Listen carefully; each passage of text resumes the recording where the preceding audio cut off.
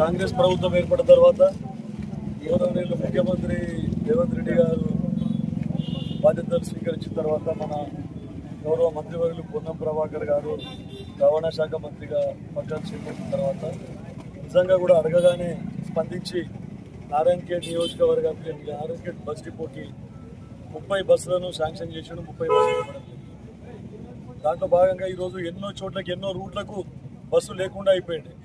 ఇంకోటి గత దరిద్రం పాలన టీఆర్ఎస్ పాలన రోడ్లకు కనీసము మెయింటెనెన్స్ లేదు, ఒక మట్టి మూరం కంకర కూడా వేయలేదు. అటువంటిది చాలా గుంతలు పడినాయి. ప్రజలే మరమ్మతులు చేసుకొని అక్కడక్కడ మన బస్సులు కూడా చేపట్టడం జరిగింది. ఈ ప్రభుత్వం వచ్చిన తర్వాత అన్ని రూట్లలో కూడా ఎక్కడెక్కడ తాండాలకు కూడా రోడ్ల గురించి ప్రతిపాదనలు పెట్టాం. కొన్ని ఎస్టీ ఎస్డిఎఫ్లో కూడా కొన్ని శాంక్షన్ రావడం జరిగింది. టెండర్ అయింది, త్వరలోనే పనులు కూడా స్టార్ట్ అవుతాయి. మరి ఆర్టీసీ వారికి కూడా రిక్వెస్ట్ చేసి రూటు మంచిగా ఉన్నా లేకున్నా బస్సులు నడపాలి. ఎందుకంటే మనకు గౌరవ మంత్రి పొన్నం ప్రభాకర్ గారు 30 బస్సులు ఇచ్చిండ్రు. తర్వాత మన కాంగ్రెస్ ప్రభుత్వం ఏదైతే మహాలక్ష్మి బస్సులు ప్రతి రూట్లో కూడా బస్సులు రావాలి. ఎన్నో సంవత్సరాల నుండి కరసుగుత్తి బస్సు అనేది మొత్తం బంద్ అయిపోయింది. కేవలం స్కూల్కు మాత్రమే బస్సులు తీసుకుపోవడం జరుగుతూ ఉంది.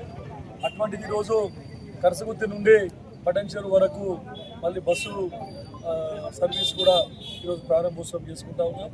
అదొకటే కాకుండా చాలాసార్లు కంటి సోదరులు కంటి నైటాల్ట్ గురించి కూడా చెప్పడం జరిగింది.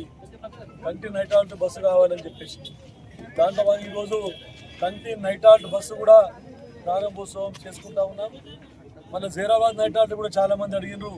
జీరాబాద్ నైట్లో నైటాల్ట్ చేసి పొద్దున 7 గంటల వరకు నారాయణఖేడ్ వచ్చి నిజామాబాద్ ప్రయాణం అయ్యే బస్సు, దాన్ని కూడా మళ్ళీ పునరుద్ధరించుకుంటా ఉన్నాం. గత ప్రభుత్వంలో ఒక బస్సు రాకపోగా అన్ని సర్వీసెస్లో అన్ని రూట్లకు కూడా సర్వీసులు బంద్ కావడం జరిగింది. ఒకటొకటిగా మళ్ళీ మనము బస్సులు రావడం వలన అన్ని రూట్లలో కూడా అందరికీ ఆర్టీసీ అందుబాటులో ఉండే విధంగా మేమందరం కృషి చేస్తూ ఉన్నాం. మళ్ళీ మొన్నటికి మొన్న గౌరవ మంత్రివర్యులు పొన్నం ప్రభాకర్ గారికి పోయి సార్ మా దగ్గర ఇది Vijayawada Guntur Chirala bus super deluxe ఉండింది, అవి బంద్ చేసిండ్రు, దాంట్లో చాలామందికి ఉపయోగకరంగా ఉండే అని చెప్పి చెప్తే ఇంకా 2 సూపర్ డీలక్స్ బస్సులు ఇవ్వమని చెప్పేసి కూడా అడిగితే పాజిటివ్గా స్పందించారు. అదే కాకుండా చాలామంది ప్రయాణికులు ఇప్పుడు తిరుపతికి పోవడం జరుగుతూ ఉంది. కాబట్టి మనకు తిరుపతికి కూడా నారాయణఖేడ్ నుండి డైరెక్ట్ సూపర్ డీలక్స్ బస్సు వేయాలని చెప్తే పాజిటివ్గా స్పందించారు.